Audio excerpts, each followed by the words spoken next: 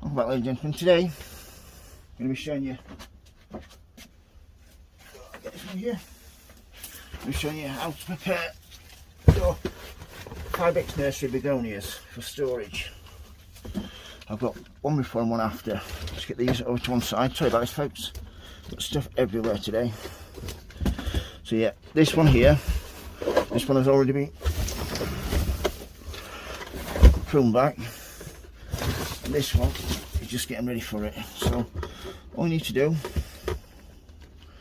all these leaves here will turn nice and brown now. So get all these away, clean all the detritus, all the anything rotting around it. But these have been in a few weeks now, just been waiting for them to dry out. So I shall get all this cut back. It will prune you, like so. Everything is dying back on this, so it's not a problem. We'll put that outside and split that one. You don't want to let it get like that. So yeah, like that.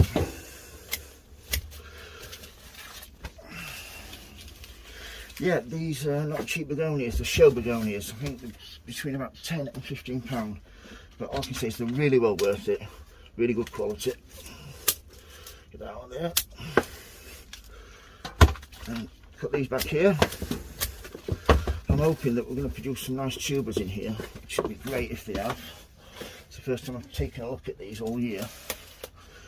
Get these canes out. I needed canes in here for support, which I've learnt from. So next year, these will go back into these pots. And once they're back in the pots, get all that away. Once they're back in the pot, start feeding them. Should be great then. So yeah, put that off there. And then want to get this dug out. So, a lot of use for this. Yeah, like I said, they are all. So what I want to do is, you want to get right underneath it, like so. You don't want to take too much of this compost away. Just gently, gently. You don't want to overdo it. Yeah, just gently pull the compost away, because you start damaging the skin of the begonia. Prone to infection, that sort of thing. You want to make sure you've got no vine weevils, nothing like that, because they will absolutely have a field day while they're in storage. But yeah, that's sort of a really small begonia that I got from 5x Nurseries. Really good quality though, cannot argue with that. But that, as you can see, the tuber is really big now. I'm really pleased with that. All I'll do with that then is I shall put that on a tray of,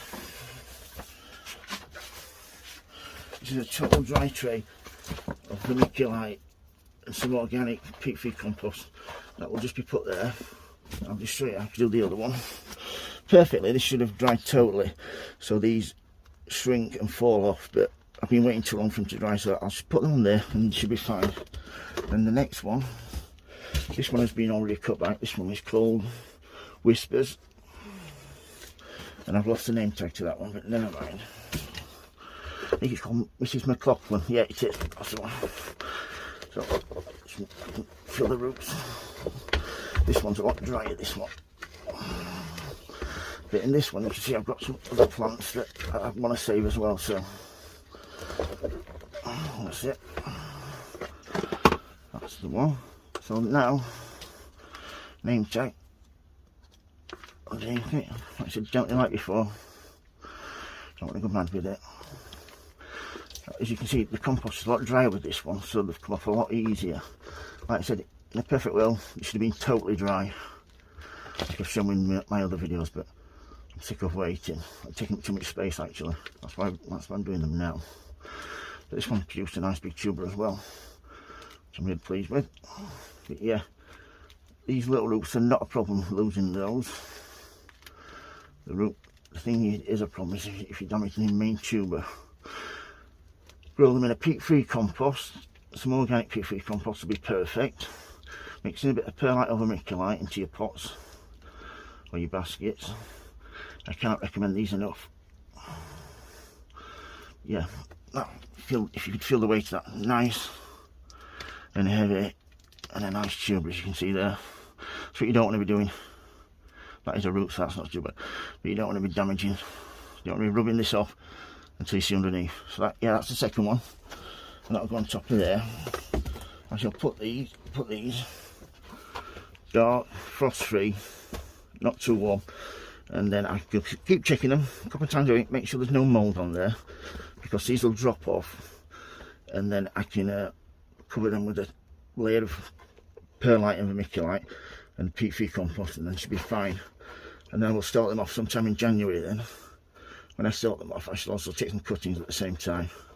So yeah, that's how to prepare and store my Fabrics Nurseries begonias, my show begonias. If you have any questions, don't hesitate to ask, folks. If you like my videos, please subscribe.